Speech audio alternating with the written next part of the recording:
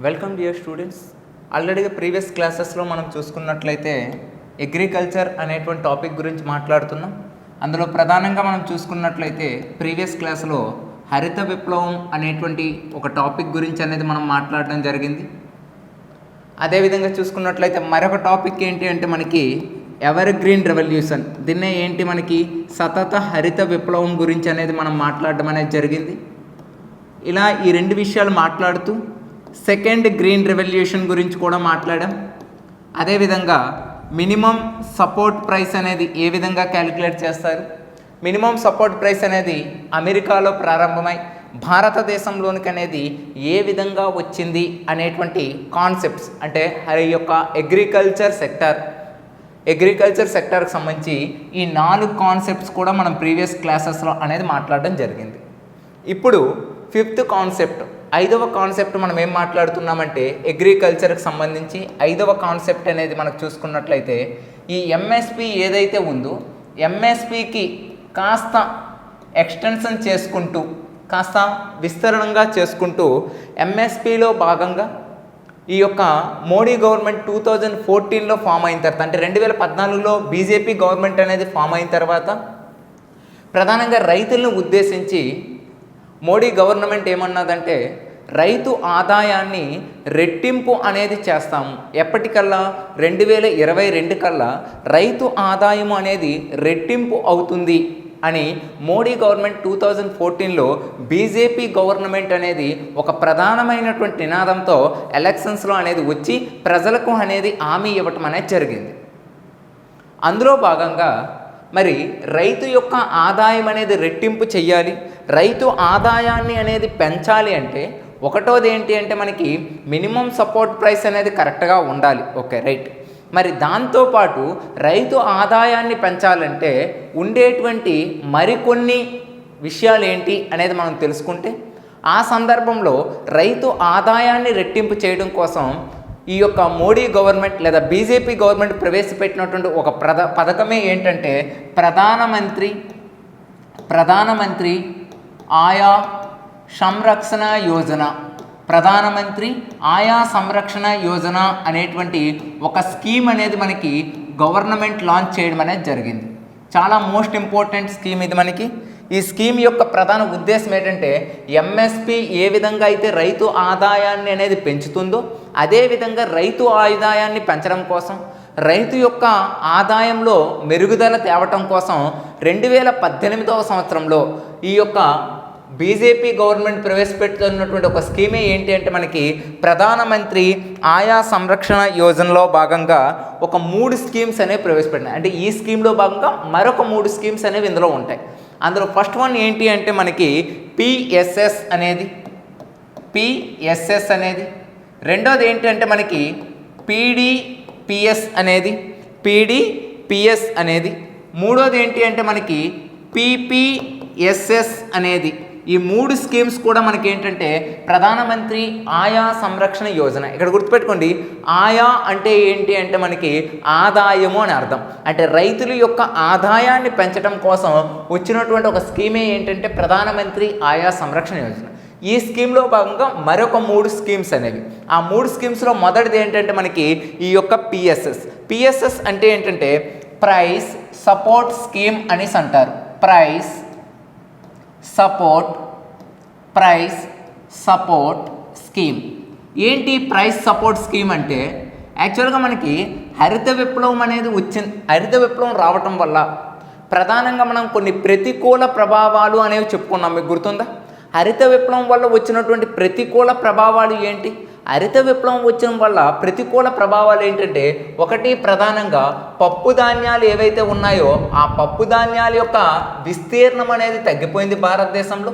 2 ఏంటంటే oil seeds ఏవైతే ఉన్నాయో నూనె గింజల యొక్క విస్తీర్ణం ఏదైతే ఉందో ఆ నూనె గింజల యొక్క విస్తీర్ణం కూడా తగ్గిపోవడం జరిగింది. అలా మనకి పప్పు ధాన్యాలు నూనె గింజల యొక్క విస్తీర్ణం అనేది ఈ యొక్క తగ్గిపోవడం అనేది జరిగింది. కాబట్టి వీటి కోసం ఏంటి, వీటి యొక్క విస్తీరణ పెంచడం కోసం స్వతహాగా కేంద్ర ప్రభుత్వమే, సెంట్రల్ గవర్నమెంట్ ఏం చేస్తుందంటే రైతులకు అనేది విత్తనాలు ఇచ్చేటువంటి ఒక సదుపాయాన్ని, అంటే పప్పు ధాన్యాలకు సంబంధించి నూనె గింజలకు సంబంధించి రైతులకు అనేది విత్తనాలు ఇచ్చేటువంటి ఒక సదుపాయం గురించి ఓపెన్ చేసినటువంటి స్కీమే ఏంటంటే ప్రైస్ సపోర్ట్ స్కీమ్ అనేది. దీని ద్వారా ఏమవుతుందంటే కేంద్ర ప్రభుత్వమే రైతులకనే డైరెక్ట్గా విత్తనాలు ఇచ్చి ఈ యొక్క విత్తనాలు ఏవైతే ఉన్నాయో ఈ విత్తనాలు అనేది ఈ యొక్క పంటలు పండించిన తర్వాత ఆ యొక్క పంట అనేది డైరెక్ట్గా ఎవరు కొంటారంటే సెంట్రల్ గవర్నమెంట్ అనేది అంటే పప్పు ధాన్యాలు నూనె గింజలకు సంబంధించినటువంటి విత్తనాలు ఇచ్చే పని అనేది గవర్నమెంటే చేపడుతుంది. గవర్నమెంటే ఏం చేస్తుంది, ఈ పంటను అనేది కొనుగోలు చేస్తుంది. అలా పప్పు ధాన్యాలు నూనె గింజలకు సంబంధించినటువంటి ఒక స్కీమే ఏంటంటే ప్రైస్ సపోర్ట్ స్కీమ్ అని పిలవడం అనేది జరుగుతుంది. ఇక రెండు ఏంటంటే మనకి పీడిపిఎస్ అనేటువంటి స్కీమ్. పీడిపిఎస్ అంటే ఏంటంటే price deficiency payment scheme. Price deficiency payment scheme. ఈ స్కీమ్ యొక్క ప్రధానమైనటువంటి ఉద్దేశం ఏంటంటే ప్రైస్ డెఫిషియన్సీ పేమెంట్ స్కీమ్ యొక్క ప్రధాన ఉద్దేశం ఏంటంటే యాక్చువల్గా మనకి ఈ పీడిపిఎస్ యొక్క స్కీమ్ యొక్క ప్రధాన ఉద్దేశం ఏంటంటే ఏదైతే నూనె గింజలు పండించేటువంటి రైతులు ఎవరైతే ఉంటారో, ఆయిల్ సీడ్స్ పండించేటువంటి రైతులు ఎవరైతే ఉంటారో వాళ్ళు ఎవరైతే పండిస్తారో వాళ్ళు నేరుగా మార్కెట్ యార్డ్లో అనేది రిజిస్టర్ అనేది చేసుకోవాలి.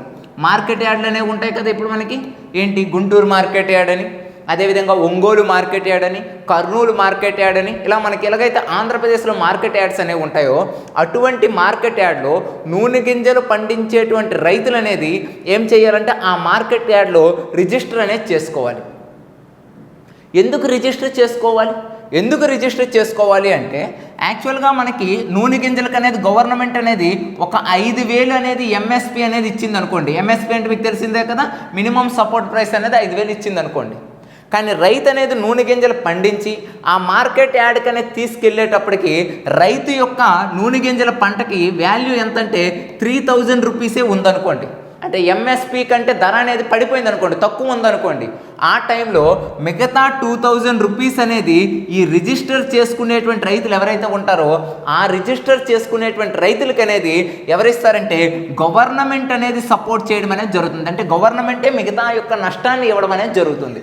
అలా మనకేంటంటే ఓన్లీ నూనె గింజలు పండించేటువంటి రైతులకి ఎంఎస్పి ధర కంటే తక్కువగా అనేది వస్తే, అంటే పంట అనేది అనుకున్న విధంగా రాకపోతే ఆ నష్టాన్ని భర్తీ చేసేటువంటి ఒక స్కీమే ఏంటంటే మనకి ఈ ప్రైస్ డెఫిషియన్సీ పేమెంట్ స్కీమ్ అనేది మనకి రావడం అనేది జరుగుతుంది. ఇక నెక్స్ట్ వన్ ఏంటంటే private procurement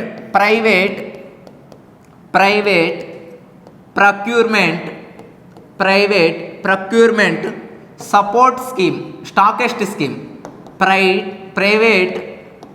private procurement stockist scheme అంటే పీపీఎస్ఎస్ అంటున్నాం కదా, ప్రైవేట్ ప్రొక్యూర్మెంట్ స్టాకెస్ట్ స్కీమ్ అనేసి అంటున్నాం. ఈ స్కీమ్ యొక్క ప్రధాన ఉద్దేశం ఏంటంటే ప్రైవేట్ పర్సన్స్ ఎవరైతే ఉంటారో ఆ ప్రైవేట్ పర్సన్స్ కూడా ఏం చేస్తారు, రైతుల దగ్గర నుండి అనేది పంట కొనుగోలు చేస్తారు కదా.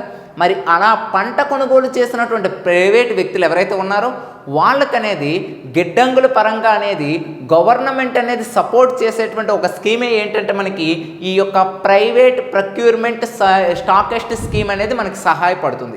ఈ విధంగా ప్రైవేట్ వ్యక్తులకి రైతులకి అనేది సహాయం చేయడం కోసం ఈ 3 స్కీమ్స్ని బేస్ చేసుకుంటూ ప్రవేశపెట్టినటువంటి ఒక స్కీమే ఏంటంటే ప్రధానమంత్రి ఆయా సంరక్షణ యోజన.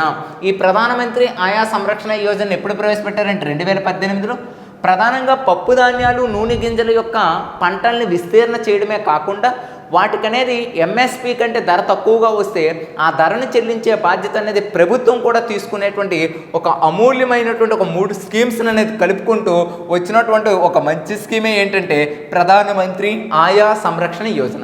అంటే ప్రధానమంత్రి ఆయా సంరక్షణ యోజన కింద 3 స్కీమ్స్ అనేవి ఇంక్లూడ్ అయి ఉంటాయి అని మీరు గమనించాలి. అందులో ఒకటోది ఏంటంటే పిఎస్ఎస్ అంటే ఏంటంటే ప్రైస్ సపోర్ట్ స్కీమ్ అనేది.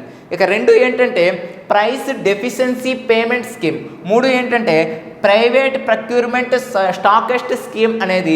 ఈ 3 స్కీమ్స్ కూడా ఎందులో అంటే ప్రధానమంత్రి ఆయా సంరక్షణ యోజన భాగంలో ఉండడం అనేది జరుగుతుంది. ఇక నెక్స్ట్ వన్ ఏంటంటే ఎస్ఎంపి అనేటువంటిది. ఎస్ఎంపి అనేది ప్రధానంగా చూసుకుంటే ఏ పంటకి అనేది ప్రకటిస్తారు. అసలు ఎస్ఎంపి అంటే ఏంటంటే స్టాట్యుటరీ మినిమం ప్రైస్ అనేసి అంటారు. స్టాట్యుటరీ మినిమం ప్రైస్ అంటే చట్టబద్ధమైనటువంటి గుర్తింపు కలగనటువంటి ధర అని అర్థం వస్తుంది. అంటే చట్టబద్ధమైన ధర అనేసి వస్తుంది మీకు అర్థం. స్టాట్యుటరీ మినిమం ప్రైస్ అంటే ఏంటంటే యాక్చువల్గా మీకు గుర్తుందా, ఎంఎస్పి అనేది భారతదేశంలో ఎన్ని పంటలకు అనేది ప్రకటిస్తారని చెప్పాను. టోటల్గా 23 పంటలకు అనేది ప్రకటిస్తారని చెప్పుకున్నాం ఒకసారి మనం. 23 పంటల్లో ఓన్లీ 22 పంటలకు అనేది మాత్రమే ఎంఎస్పి అనేది ఉంటుంది. ఒక పంటకు అనేది మనకి ఏంటంటే ఒక పంటకు మనకేంటి ఫైర్ రెమ్యూనరేటివ్ ప్రైస్ అనేసి అంటారు. అంటే ఎఫ్ఆర్పి అనేది ప్రకటించడం అనేది జరుగుతుందని మనం ప్రీవియస్లో మాట్లాడుకోవడం అనేది జరిగింది. ఎఫ్ఆర్పి అనేది ప్రకటించడం అనేది ప్రధాన ఉద్దేశం ఏంటంటే ప్రధానంగా ఇది ఏ పంటకు అనేది ప్రకటిస్తారంటే చెరుకు పంటకు అనేది ప్రకటించడం అనేది జరుగుతుంది. అంటే ఎఫ్ఆర్పి అనేది అంటే టోటల్గా భారతదేశంలో 23 పంటలు అనేది ప్రకటిస్తే 23 పంటలకి ఎంఎస్పి అనేది ప్రకటిస్తే ఓన్లీ 22 పంటలకి ఎంఎస్పి ప్రకటించి ఒకే ఒక్క చెరుకు అనేటువంటి ఒక పంట అనేది ఉంటుంది. ఆ చెరుకు అనేటువంటి పంటకు మాత్రమే ఏం ప్రకటిస్తారంటే మనకి ఎఫ్ఆర్పి లేదా ఎస్ఎంపి అంటే స్టాట్యుటరీ మినిమం ప్రైస్ అనేది ఎస్ఎంపి అంటే స్టాట్యుటరీ మినిమం ప్రైస్ అనేది ప్రకటించడం జరుగుతుంది. ఎందుకు చెరుకు పంటకి ఈ విధమైనటువంటి ఫెసిలిటీ ఎందుకు ఉంది అంటే మిగతా పంటలకి చెరుకు పంటకి ఈ యొక్క ఫెసిలిటీ ఉండడానికి గల కారణం ఏంటంటే చెరుకు నుండి మనకి ఏంటంటే ప్రధానంగా జ్యూస్ అనేది రావడం అనేది జరుగుతుంది. ఆ జ్యూస్ అనేది ఎంత ఇంక్రీజ్ అయితే చెరుకు పంట అనేది అంత బాగుంటుంది. కాబట్టి ఆ జ్యూస్ అనేది ఎంత వస్తుందో చెప్పలేం కదా. జ్యూస్ అనేది వస్తున్న కొలది ఈ పంటకు అనేది ఏంటంటే ఎక్స్ట్రాగా కొంత మనీ అనేది చెల్లిస్తారు. అందుకే దీన్ని ఏమని పిలుస్తారంటే స్టాట్యుటరీ మినిమం ప్రైస్ అని లేదా ఫైర్ రెమ్యూనరేటివ్ ప్రైస్ అంటారు. ప్రీవియస్లో అడిగిన క్వశ్చన్ ఏంటంటే ఈ క్రింది పంటల్లో ఏ పంటకి అనేది స్టాట్యుటరీ మినిమం ప్రైస్ అనేది ఉన్నది అని అడిగారు. ఏ పంటకు ఉన్నదంటే మనకి చెరుకు పంటకి అనేది ఉండడం అనేది జరిగిందని గుర్తుపెట్టుకోవాలి. అర్థమైందా? అది మనకి ఎస్ఎంపి. నెక్స్ట్ ఎంఎస్పి చెప్పుకున్నాం. రెండోది ఏంటి మనకి స్టాట్యుటరీ మినిమం ప్రైస్ లేదా ఫైర్ రెమ్యూనరేటివ్ ప్రైస్ గురించి చెప్పుకున్నాం. మూడోది ఏంటంటే మనకి యొక్క సేకరణ ధర గురించి అనేది చెప్తాం. సేకరణ ధరని మనం ఏమంటామంటే ప్రొక్యూర్మెంట్ ప్రైస్ అని పిలవడం అనేది జరుగుతుంది. ఏమని పిలుస్తున్నాం? ప్రొక్యూర్మెంట్ ప్రైస్ అని పిలవడం అనేది జరుగుతుంది. ప్రొక్యూర్మెంట్ ప్రైస్ అంటే దీన్ని తెలుగులో మనం సేకరణ ధర అని పిలవడం అనేది జరుగుతుంది. సేకరణ ధర. ఇందు నుండి కూడా ప్రీవియస్లో మనకు క్వశ్చన్స్ వచ్చాయి. కటి కాస్త అబ్జర్వేషన్ చేయండి. సేకరణ ధర అంటే ఏంటి? ప్రొక్యూర్మెంట్ ప్రైస్ అంటే లేదా సేకరణ ధర అంటే ఏంటంటే యాక్చువల్గా రైతు దగ్గర పండించినటువంటి పంట ఏదైతే ఉంటుందో ఆ రైతు దగ్గర పండించేటువంటి పంట కేంద్ర ప్రభుత్వం అనేది కొనుగోలు చేస్తుంది. ఇలా కేంద్ర ప్రభుత్వం అనేది కొనుగోలు చేసి చెల్లించేటువంటి ధర ఏదైతే ఉంటుందో ఆ ధరనే మనం ఏమంటామంటే సేకరణ ధర లేదా ప్రొక్యూర్మెంట్ ప్రైస్ అని పిలవడం అనేది జరుగుతుంది. అంటే సేకరణ ధర అంటే ఏమని చెప్పుకుంటున్నాం? కేంద్ర ప్రభుత్వం ఏదైతే ఉంటుందో ఈ కేంద్ర ప్రభుత్వం అనేది ప్రధానంగా ఏంటంటే ఈ యొక్క రైతుల నుండి అనేది ధాన్యాన్ని సేకరించేటప్పుడు అంటే పంటని సేకరించేటప్పుడు ఆ పంట సేకరించినందుకు కేంద్ర ప్రభుత్వం కొంత ధర అనేది చెల్లిస్తుంది. ఆ ధరనే మనం ఏమంటామంటే సేకరణ ధర అని పిలవడం అనేది జరుగుతుంది. మరి ప్రధానంగా చూసుకున్నట్లయితే ఈ ప్రొక్యూర్మెంట్ అనేది ప్రధానంగా ఈ సేకరణ ధర అనేది ఎప్పటి నుండి ఇంప్లిమెంటేషన్లోకి అనేది వచ్చిందంటే 1966-67వ సంవత్సరం నుండి మొట్టమొదటిసారిగా ఈ సేకరణ ధర అనేది సేకరణ ధర ద్వారా ఏ పంటను కొన్నారంటే గోధుమ పంటను అనేది కొనడం అనేది జరిగిందని గుర్తుపెట్టుకోవాలి. సేకరణ ధర మొట్టమొదటిసారిగా దేనికి ప్రకటించారంటే గోధుమ పంటకి. ఎప్పటి నుండి భారతదేశంలో సేకరణ ధర అనేది ఉన్నది అంటే మనకి ఈ యొక్క 1966 and 67 నుండి సేకరణ ధర అనేది ఉంది అని గుర్తుపెట్టుకోవాలి. మరి ఒక్కసారి ఇక్కడ అబ్జర్వ్ చేయండి. యాక్చువల్గా రైతు పండించేటువంటి పంట అంటే సాగు అనేది ఏదైతే ఉందో అంటే రైతు పండించేటువంటి పంట ఏదైతే ఉందో ఆ రైతు పండించేటువంటి పంట ప్రధానంగా ఎవరు కొంటారు? అయితే మనకి సెంట్రల్ గవర్నమెంట్ అనేది కొనాలి, లేదా మనకి ఎవరు కొనాలి? స్టేట్ గవర్నమెంట్ అనేది కొనాలి. ఓకే, లేదా మనకి ఎవరు కొనాలి? స్టేట్ గవర్నమెంట్ అనేది కొనాలి. లేదా మనకు చూసుకున్నట్లయితే ఎవరు కొంటారు అంటే ఈ యొక్క ప్రైవేట్ పర్సన్స్ అనేది కొంటారు. అంతే కదా, వీళ్ళు ముగ్గురే కొంటారు. ఇప్పుడు ఈ సెంట్రల్ గవర్నమెంట్ అనేది కొన్నది అంటే దాని అర్థం ఏంటి? సెంట్రల్ గవర్నమెంట్ తరపున, సెంట్రల్ గవర్నమెంట్ కొన్నదంటే సెంట్రల్ గవర్నమెంట్ తరపున ఈ యొక్క ఫుడ్ కార్పొరేషన్ ఆఫ్ ఇండియా అనేది కొంటుంది. సెంట్రల్ గవర్నమెంట్ కొన్నదంటే దాని అర్థం ఏంటంటే సెంట్రల్ గవర్నమెంట్ తరపున ఫుడ్ కార్పొరేషన్ ఆఫ్ ఇండియా అనేది కొంటుంది. లేదా స్టేట్ గవర్నమెంట్ అనేది కొన్నది అనుకుందాం. స్టేట్ గవర్నమెంట్ అనేది కొన్నది అంటే స్టేట్ గవర్నమెంట్ తరపున ఎవరు కొంటారు? సివిల్ సప్లై సర్వీస్ వాళ్ళు ఎవరైతే ఉన్నారో, అదేనండి రేషన్ షాపులు అనేది ఉంటాయి కదా, సివిల్ సప్లై అంటాం. అలా సివిల్ సప్లై డిపార్ట్మెంట్స్ ఏవైతే ఉంటాయో అవి కొనుగోలు చేయడం అనేది జరుగుతుంది. లేదా ప్రైవేట్ పర్సన్స్ లేదా దళారులు అనేది ఈ పంటను అనేది కొనుగోలు చేయడం అనేది జరుగుతుంది. అలా రైతు పండించేటువంటి పంట ఏదైతే ఉందో అలా సెంట్రల్ గవర్నమెంట్ కానీ స్టేట్ గవర్నమెంట్ కానీ లేకపోతే ఇంకా ఎవరు అంటే మనకి ఈ యొక్క సివిల్ సప్లయర్స్ అనేది కానీ లేకపోతే ప్రైవేట్ పర్సన్స్ కానీ కొంటారని మాట్లాడుకున్నాం. అయితే ఇక్కడ ప్రధానంగా సెంట్రల్ గవర్నమెంట్ అనేది కొన్నది అనుకుందాం. ప్రధానంగా సెంట్రల్ గవర్నమెంట్ అనేది మనకు కొన్నది అనేసి అనుకుంటే సెంట్రల్ గవర్నమెంట్ తరపున ఎవరు కొంటారని చెప్పుకున్నాం మనం. సెంట్రల్ గవర్నమెంట్ తరపున కొనేటువంటిది ఏంటి? ఫుడ్ కార్పొరేషన్ ఆఫ్ ఇండియా అనేది కొనడం అనేది జరుగుతుంది. అంటే సెంట్రల్ గవర్నమెంట్ తరపున ఎవరు కొంటారంటే మనకి ఫుడ్ కార్పొరేషన్ ఆఫ్ ఇండియా అనేది కొంటుంది. మరి ఈ ఫుడ్ కార్పొరేషన్ ఆఫ్ ఇండియా అనేది ఇండియాలో ఎప్పుడు ఏర్పడింది మనకి ఒకసారి అబ్జర్వ్ చేయండి. ఫుడ్ కార్పొరేషన్ ఆఫ్ ఇండియా అనేది ఇండియాలో మనకి ఎప్పుడు ఏర్పడింది? మనకి ఈ యొక్క ఫుడ్ కార్పొరేషన్ ఆఫ్ ఇండియా 1965లో అనేది ఏర్పడడం అనేది జరుగుతుంది. ఎప్పుడు ఏర్పడిందండి? 1965లో ఇండియాలో ఫుడ్ కార్పొరేషన్ ఆఫ్ ఇండియా అనేది ఏర్పడడం అనేది జరుగుతుంది. యాక్చువల్గా 1965లో ఫుడ్ కార్పొరేషన్ ఆఫ్ ఇండియా చట్టం ఎప్పుడు వచ్చింది మనకి? 1964లో FCI యాక్ట్ అనేది వస్తుంది. ఈ యాక్ట్ ప్రకారంగా ఫుడ్ కార్పొరేషన్ ఆఫ్ ఇండియా ఎప్పుడు ఏర్పడుతుంది అంటే 1965. చూడండి, ఫుడ్ కార్పొరేషన్ ఆఫ్ ఇండియా చట్టము అని అడిగితే 1964. ఫుడ్ కార్పొరేషన్ ఆఫ్ ఇండియా ఎప్పుడు ఏర్పడిందంటే 1965లో అనేది ఏర్పడింది. మీకు 1965 అంటేనే ప్రీవియస్లో ఆల్రెడీ మనకి కొన్ని క్వశ్చన్స్ అనేవి గుర్తుండాలి. ఐడియా ఉందా? 1965 బిఫోర్ వీడియోస్ అనేవి మీరు చూసినట్లయితే ఆల్రెడీ 3-4 వీడియోస్ అప్లోడ్ చేశాం కదా, అవి చూసుకున్నట్లయితే 1965 గురించి ఆల్రెడీ ఇంకో 2 నేర్చుకుంటారు. ఏం నేర్చుకుంటారు? 1965 మీరు ప్రధానంగా చూసుకున్నట్లయితే మనకి IADP అనేటువంటి ప్రోగ్రామ్ ఎప్పుడు వచ్చింది? ఇంటెన్సివ్ అగ్రికల్చర్ డిస్ట్రిక్ట్ ప్రోగ్రామ్ అని మొట్టమొదటిసారిగా వ్యవసాయానికి సంబంధించి 114 జిల్లాల్లో అనేది ప్రవేశపెట్టారు. IADP అనే ప్రోగ్రామ్ అని చెప్పుకున్నాం కదా, అది మనకి 1965లోనే వచ్చి ఉంటుంది. నెక్స్ట్ వన్ ఏంటి? అగ్రికల్చర్ ప్రైస్ కమిషన్, అంటే వ్యవసాయ ఉత్పత్తులకు అనేది ధరలు నిర్ణయించేటువంటి ఒక కమిషన్ అనేది ఏర్పాటు చేయాలని మొట్టమొదటిసారిగా అగ్రికల్చర్ ప్రైస్ కమిషన్ 1965లో ఏర్పడింది. తర్వాత కదా ఇది CACPగా 1985లో ఏర్పడుతుందని చెప్పుకున్నాం. కాబట్టి అగ్రికల్చర్ ప్రైస్ కమిషన్ ఎప్పుడు వచ్చిందంటే 1965. ఈరోజు మనకి ఏమొచ్చింది క్లాస్లో? ఫుడ్ కార్పొరేషన్ ఆఫ్ ఇండియా వచ్చింది.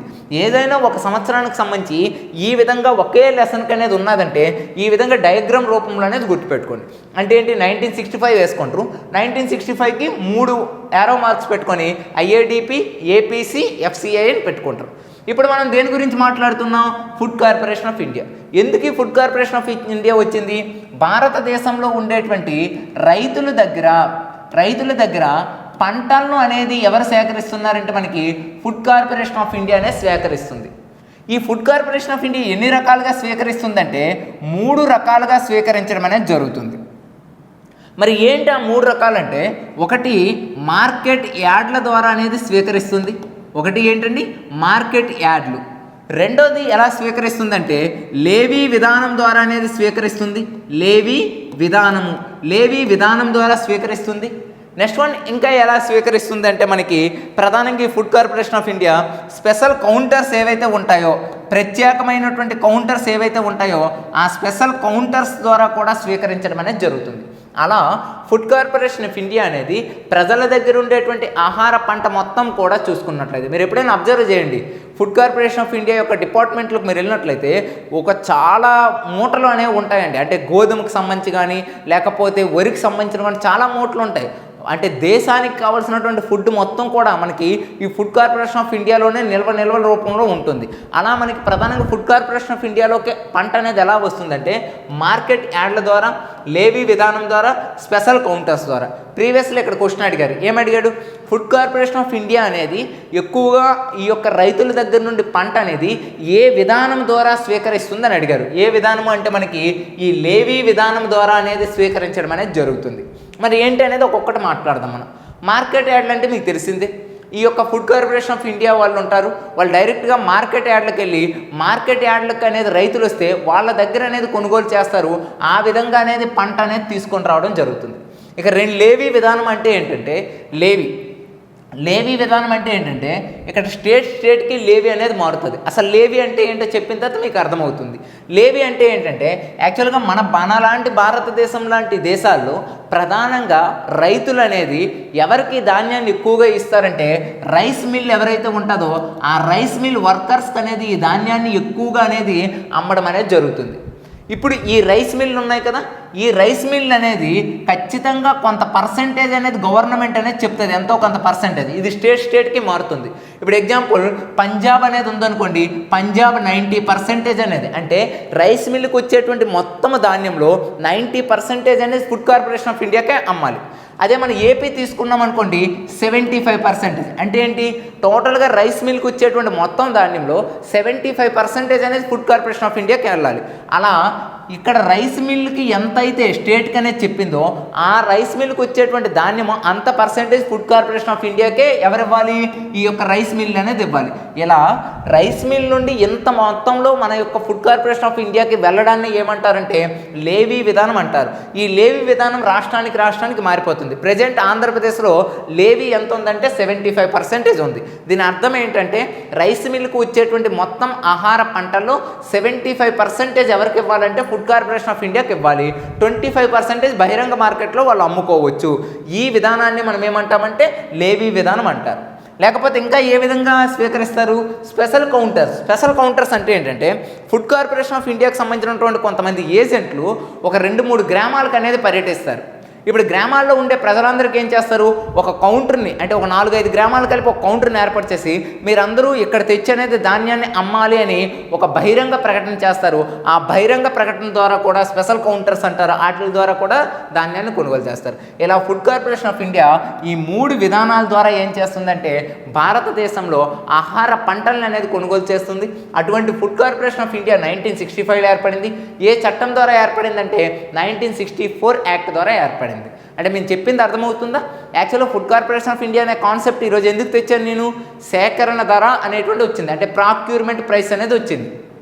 అంటే రైతుల నుండి ఆహార ధాన్యాల్ని ఏ విధంగా స్వీకరిస్తున్నారని.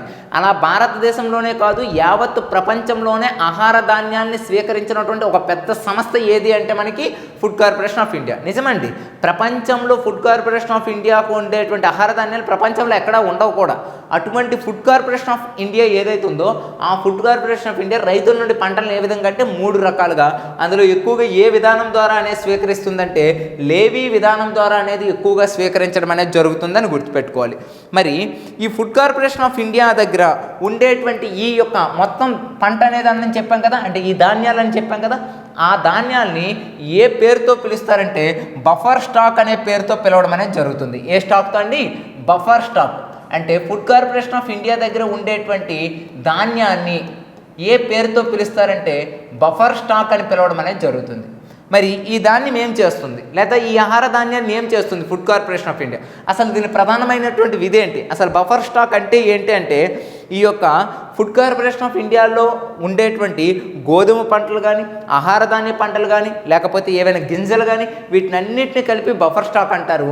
ఈ బఫర్ స్టాక్ యొక్క ప్రధాన ఉద్దేశం ఏంటంటే ఒకటి, మనకి ఇప్పుడు రేషన్ షాపులు అనేవి ఉన్నాయి కదా, ఆ రేషన్ షాపులకు అనేది ప్రధానంగా ఆహార ధాన్యాలను అనేది అందించేటువంటి దానికి ఫుడ్ కార్పొరేషన్ ఆఫ్ ఇండియాలో ఉండేటువంటి నిల్వలే ఉపయోగపడతాయి. అంటే దీని యొక్క ప్రధానమైన ఒకటో విధి ఏంటి, రేషన్ షాపులకు అనేది ఆహార ధాన్యాల్ని సరఫరా చేయడం అనేది ఉంటుంది. నెక్స్ట్ వన్ ఏంటి, దేశంలో అత్యవసర పరిస్థితి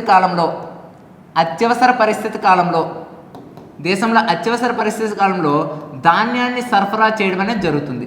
రీసెంట్గా చూడండి, కరోనా వచ్చి అందరం కూడా ఇంటి దగ్గరే కూర్చున్నాం. అటువంటి దేశంలో అత్యవసర పరిస్థితులు ఏవైనా సంభవించినప్పుడు ఆటోమేటిక్గా ఫుడ్ కార్పొరేషన్ ఆఫ్ ఇండియా ఏం చేస్తుందంటే తమ దగ్గర ఉండేటువంటి ఆహార నిల్వల్ని ప్రజలకు అనేది సరఫరా చేయడం అనేది జరుగుతుంది. అదేవిధంగా ఆహార ధాన్యాల యొక్క ధర అనేది పెరుగుతూ ఉంటే, ఆహార ధాన్యాల యొక్క ధరలు అనేవి పెరుగుతూ ఉంటే ఆ ధరలను అనేది ఏం చేస్తుందంటే నియంత్రణ అనేది చేయడం అనేది జరుగుతుంది. ఆహార ధాన్యాల యొక్క ధరలు అనేవి పెరుగుతూ ఉన్నాయి. అలాంటప్పుడు ఏంటి, ఈ యొక్క డిమాండ్ వల్ల పెరుగుతాయి. అంటే ఏంటి, ఇప్పుడు ధర పెరిగిందంటే ఆటోమేటిక్గా వస్తువుకి ఏమున్నట్టు అండి, డిమాండ్ ఉండేటప్పుడు. అప్పుడు ఎప్పుడైతే వస్తువులకు డిమాండ్ ఏర్పడుతుందో ఫుడ్ కార్పొరేషన్ ఆఫ్ ఇండియా తన దగ్గర ఉండేటువంటి నిల్వల్ని బహిరంగ మార్కెట్లోకి సప్లై చేస్తుంది. ఎప్పుడైతే సప్లై పెరిగిందో ఆటోమేటిక్గా డిమాండ్ తగ్గి ఇంకా ఏం తగ్గుతుంది, ధర అనేది తగ్గుతుంది. అలా మనకేంటంటే ఆహార ధాన్యాల యొక్క ధరలను నియంత్రణ చేయడంలో కూడా ఈ ఫుడ్ కార్పొరేషన్ ఆఫ్ ఇండియా దగ్గర ఉండేటువంటి బఫర్ స్టాక్ అనేది ఉపయోగపడుతుంది. కాబట్టి ఫుడ్ కార్పొరేషన్ ఆఫ్ ఇండియా దగ్గర ఉండేటువంటి ఆహార ధాన్యాలు ఏ విధంగా సేకరిస్తారని చెప్పాను. ఆ సేకరించిన ఆహార ధాన్యాలని బఫర్ స్టాక్ అంటారని చెప్పాను. ఈ బఫర్ స్టాక్ యొక్క ప్రధానమైన విధి ఏంటంటే రేషన్ షాపుల్లో అనేది పంపించడానికి కానీ, దేశంలో అత్యవసర పరిస్థితులు అనేది వచ్చేటప్పుడు సరఫరా చేయడం కానీ, నెక్స్ట్ ఆహార ధాన్యాల ద్వారా నియంత్రణ చేయడానికి కూడా ఈ బఫర్ స్టాక్ అనేది ఉపయోగపడుతుంది అనేది గుర్తుపెట్టుకోవాలి. ఇది మనకేంటంటే బఫర్ స్టాక్ యొక్క ప్రధానమైనటువంటి ఉద్దేశం. అయితే ఇక్కడ ఒక విషయం చెప్పుదా గుర్తుపెట్టుకోండి, రేషన్ షాపులో అంటున్నాం. అయితే యాక్చువల్గా మీకు తెలుసా అండి, భారతదేశంలో ఈ రేషన్ షాపుల మీద కేంద్ర ప్రభుత్వం ఇస్తున్నటువంటి సబ్సిడీ ఎంత అంటే 1,90,000 కోట్లు అండి. అంటే ఒక సంవత్సరానికి ఈ యొక్క రేషన్ షాపుల కోసమని మనకి ప్రతి నెల కూడా బేసిక్గా ఎంతకి 2 రూపీస్కి అనేది బియ్యం దొరుకుతున్నాయి కదా అనేక సంక్షేమ పథకాల ద్వారా. ఆ 2 రూపీస్కి అనేది బియ్యం దొరకడం వల్ల కేంద్ర ప్రభుత్వం ప్రతి ఒక్కరికి 2 రూపాయలకు బియ్యం ఇవ్వడం వల్ల కేంద్ర ప్రభుత్వానికి ఎంత అమౌంట్ లాస్ అవుతుందంటే 1,90,000 కోట్లు అనేది లాస్ అవుతుంది. లాస్ అయితే అయ్యింది ఓకే ప్రజల కోసం, కానీ ఇది నిజంగా ప్రజలకు అనేది ఎంతవరకు ఉపయోగపడుతుందో ఒకసారి ఆలోచించండి. ఒకసారి ఆలోచించండి మీరే. నిజంగా ఈరోజు 2022లో ఉండేటువంటి ప్రజలు నిజంగా మనకి రేషన్ షాపుల ద్వారా ఇచ్చేటువంటి బియ్యాన్నే తింటున్నారా? యాక్చువల్గా మీకు ఇక్కడ ఒక సిస్టమ్ చెప్తున్న ఎగ్జాంపుల్ కోసం చూడండి. యాక్చువల్గా మనకి ఇది సెంట్రల్ గవర్నమెంట్ అండి. సెంట్రల్ గవర్నమెంటు యాక్చువల్గా ఫుడ్ కార్పొరేషన్ ఆఫ్ ఇండియా కదా. సెంట్రల్ గవర్నమెంట్ అంటే ఏంటి, ఫుడ్ కార్పొరేషన్ ఆఫ్ ఇండియా అంటే ఏంటి, ప్రజల ఆహార ధాన్యాలని రైతుల దగ్గర అనేది ఏం చేస్తుంది, సేకరిస్తుంది కదా. అలా సేకరించి క్లీన్ చేసి బ్యాగుల్లో పెట్టడం కోసం 1 కేజీ రైస్కి సెంట్రల్ గవర్నమెంట్కి ఎంత డబ్బులు పడుతుందంటే రమారమి 32 రూపాయలు పడుతుందండి. 32 రూపాయలు పడుతుంది సెంట్రల్ గవర్నమెంట్కి. ఇప్పుడు ఈ సెంట్రల్ గవర్నమెంట్ ఏం చేస్తుంది, స్టేట్ గవర్నమెంట్కి అనేది 5 రూపాయల 65 పైసలకి అనేది 5 రూపాయల 65 పైసలకి అనేది 5.65 పైసా ఇంతకనేది సెంట్రల్ గవర్నమెంట్ ఎవరికి ఇస్తుంది, స్టేట్ గవర్నమెంట్కి అనేది ఇస్తుంది. ఇప్పుడు స్టేట్ గవర్నమెంట్ ఏం చేస్తుంది, స్టేట్ గవర్నమెంట్ అనేది సివిల్ సప్లై సర్వీసెస్ అంటే ఏంటి, రేషన్ షాపులకి అంటే జిల్లా కేంద్రాల నుండి రేషన్ షాపులకి అనేది వెళ్తుంది. ఈ రేషన్ షాపుల నుండి ఎక్కడికి వెళ్తుంది, ప్రజల కాడికి అనేది వెళ్ళడం అనేది జరుగుతుంది. ఇలా ప్రజల కాడికి వచ్చేసరికి ఈ 5 రూపాయల బియ్యం అనేది ఇక్కడికి వచ్చేసరికి ఎంతకనేది అందిస్తున్నారంటే 2 రూపాయలకి అనేది అందిస్తున్నారు. అంటే 3 రూపాయల 65 పైసలు స్టేట్ గవర్నమెంట్ భరిస్తుంటే టోటల్గా మిగతా మొత్తం అమౌంట్ నష్టాన్ని కూడా సెంట్రల్ గవర్నమెంట్ భరిస్తుంది. ఇలా మనకి ఇచ్చేటువంటి బియ్యం వాల్యూ ఎంత అంటే 32 రూపీస్, కానీ మనకి 2 రూపీస్ వస్తుంది. అంటే 30 రూపాయలు ఎవరు భరిస్తున్నారంటే కేంద్ర ప్రభుత్వము రాష్ట్ర ప్రభుత్వం భరిస్తుంది. అంటే 1 కేజీ బియ్యంకి 30 రూపాయలు అంటే ఎంతమంది భారతీయులు ఉన్నారు, ఎన్ని కేజీలు బియ్యం ఇస్తున్నారు, దాని మీద మొత్తం ఎంత అంటే ఒక సంవత్సరానికి గవర్నమెంట్ మనకి బియ్యం ఇవ్వడం వల్ల లాస్ అంటే సబ్సిడీ వల్ల 1,90,000 కోట్లు అనేది ఖర్చు పెడుతుంది.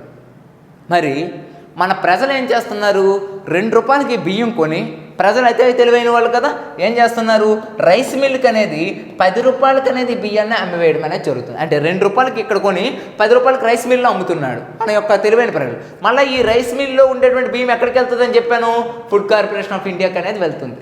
అలా టర్న్ అనేది వేస్తుంది. కానీ టోటల్గా ఇది ప్రజలకి ఎక్కడో కొంతమందికి మాత్రం ఉపయోగపడుతుంది, అందరికీ ఉపయోగపడడం లేదు. కాబట్టి 1,90,000 కోట్లు అనేది గవర్నమెంట్ అనేది లాసే అని, అంటే ఈ ఫుడ్ కార్పొరేషన్ ఆఫ్ ఇండియాలో ఉండేటువంటి ఆహార ధాన్యాలు కరెక్ట్గా ఉపయోగపడడం లేదు. ఫుడ్ కార్పొరేషన్ ఆఫ్ ఇండియాలో సంస్కరణలు అనేవి తేవాలి, రీఫార్మ్స్ అనేవి తేవాలని 2014లో మోడీ గవర్నమెంట్ వచ్చిన తర్వాత ఒక కమిటీ వేశారు. ఆ కమిటీ అనేది ఇంపార్టెంట్. అంటే ఫుడ్ కార్పొరేషన్ ఆఫ్ ఇండియా అనేది ఉంది కదా, ఈ ఫుడ్ కార్పొరేషన్ ఆఫ్ ఇండియాలో ఉండేటువంటి దాని మీద రీఫార్మ్స్ అనేది తీసుకొస్తే బాగుంటుంది అని మనకి ఏ కమిటీ చెప్పిందంటే శాంతారాం కమిటీ అనేది చెప్పడం అనేది జరిగిందండి. ఈ శాంతారాం కమిటీ అనేది ఎప్పుడు వచ్చిందంటే మనకి 2014వ సంవత్సరంలో రావడం అనేది జరిగింది. చాలా ఇంపార్టెంట్. ప్రజలు తినాలి అని బియ్యం ఇస్తుంటే ప్రజలు అనేది బహిరంగ మార్కెట్లో అమ్ముతుంటే ఆ బియ్యం వేస్ట్ అయిపోతున్నాయి. దీనివల్ల గవర్నమెంట్కి ఎంత మనకి 1,90,000 రూపాయలు అనేది 1,90,000 కోట్లు లాస్ అవుతుంది. నిజంగా 1,90,000 కోట్లు అంటే ప్రభుత్వానికి అది చిన్న విషయం కాదండి. అది యాక్చువల్గా 1,90,000 కోట్లు అనేది ఒక స్టేట్ బడ్జెట్కి అనేది సరిపోతుంది. ఒక విధంగా చెప్పాలంటే ఒక సంవత్సర కాలంలో 5 ప్రాజెక్టులు అనేవి కట్టొచ్చు. పోలవరం, కాళేశ్వరం లాంటి ప్రాజెక్టులు ఒక 2-3 అనేది నిర్మించవచ్చు. అలాంటి ప్రాజెక్టులు అనేది నిర్మాణానికి కాకుండా అనవసరంగా ప్రజలకు అనేది ఉపయోగపడుతుందంటే ప్రజలకు ఉపయోగపడడం లేదు. కాబట్టి ఇందులో లోపాలు అనేవి ఉన్నాయి. కాబట్టి ఫుడ్ కార్పొరేషన్ ఆఫ్ ఇండియాలో రీఫార్మ్స్ తీసుకురావాలని మోడీ గవర్నమెంట్ వచ్చిన తర్వాత 2014 సంవత్సరంలో వేసిన కమిటీ ఏంటంటే మనకి శాంతారాం కమిటీ. ఇది ప్రీవియస్లో అడిగిన క్వశ్చన్ ఏంటి, ఫుడ్ కార్పొరేషన్ ఆఫ్ ఇండియాలో రీఫార్మ్స్ కోసం బీజేపీ గవర్నమెంట్ వేసిన కమిటీ ఏంటంటే మనకి శాంతారాం కమిటీ. మరి ఈ శాంతారాం కమిటీ ఏం చెప్తుంది? ఈ శాంతారాం కమిటీ ఏం చెప్తుందంటే లేవీ విధానాన్ని రద్దు చేయండి అనేసి అంటుంది. ఫస్ట్ ఆఫ్ ఆల్ ఏంటి, లేవీ విధానాన్ని రద్దు చేయండి. లేవీ విధానం రద్దు చేయడం అంటే ఏంటి, ఈ రైస్ మిల్ నుండి ఏదైతే గవర్నమెంట్ అనేది పంట కొంటుందని చెప్పాం కదా, ఆ రైస్ మిల్ నుండి గవర్నమెంట్ పంట కొనేటువంటి విధానం ఏదైతే ఉందో అది రద్దు చేసేయండి. ఎందుకు, ఇది ఆల్రెడీ 2 రూపీస్కి ఇస్తున్న బియ్యము వాళ్ళు బహిరంగ మార్కెట్లో 10 రూపీస్కి అనేది అమ్ముతున్నారు.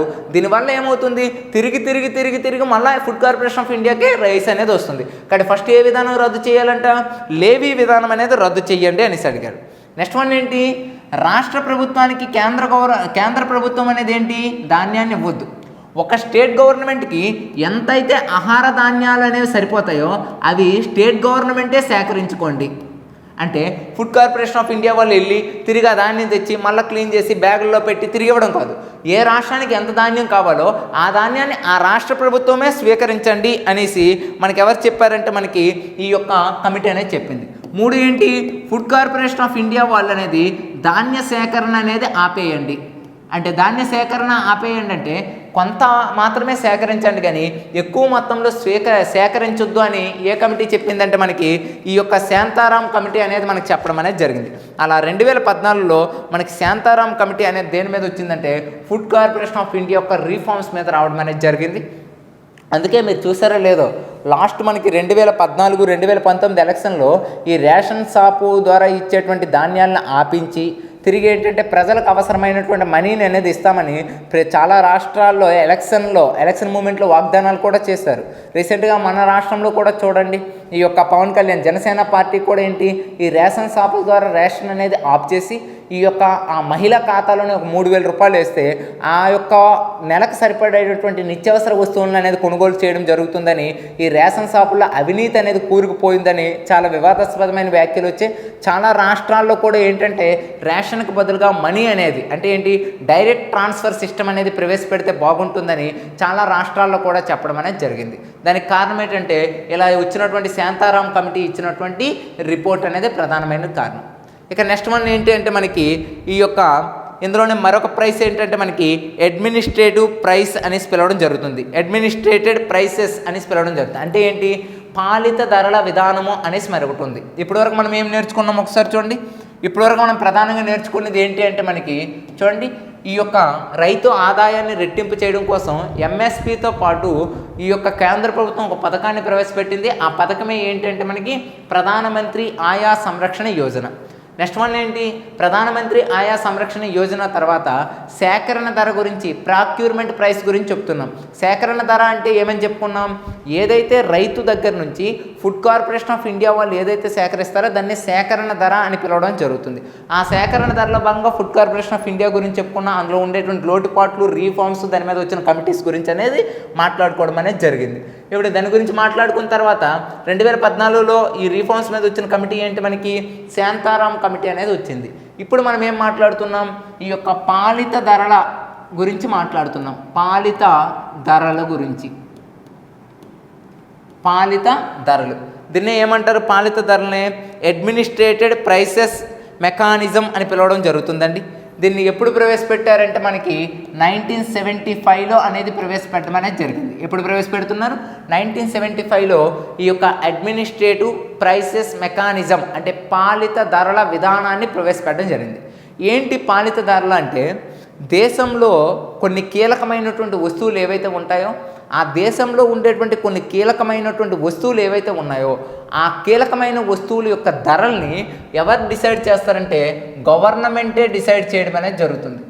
అలా గవర్నమెంట్ డిసైడ్ చేసేటువంటి ధరలనే ఏమంటారంటే మనకి పాలిత ధరలు అని పిలవడం అనేది జరుగుతుంది. అలా గవర్నమెంట్ డిసైడ్ చేసే ధరలనే ఏమంటారంటే మనకి పాలిత ధరలు అని పిలవడం జరుగుతుంది. అంటే దేశంలో కొన్ని ఇంపార్టెంట్ అయినటువంటి వస్తువులు చెప్పండి ఏంటి ఇంపార్టెంట్?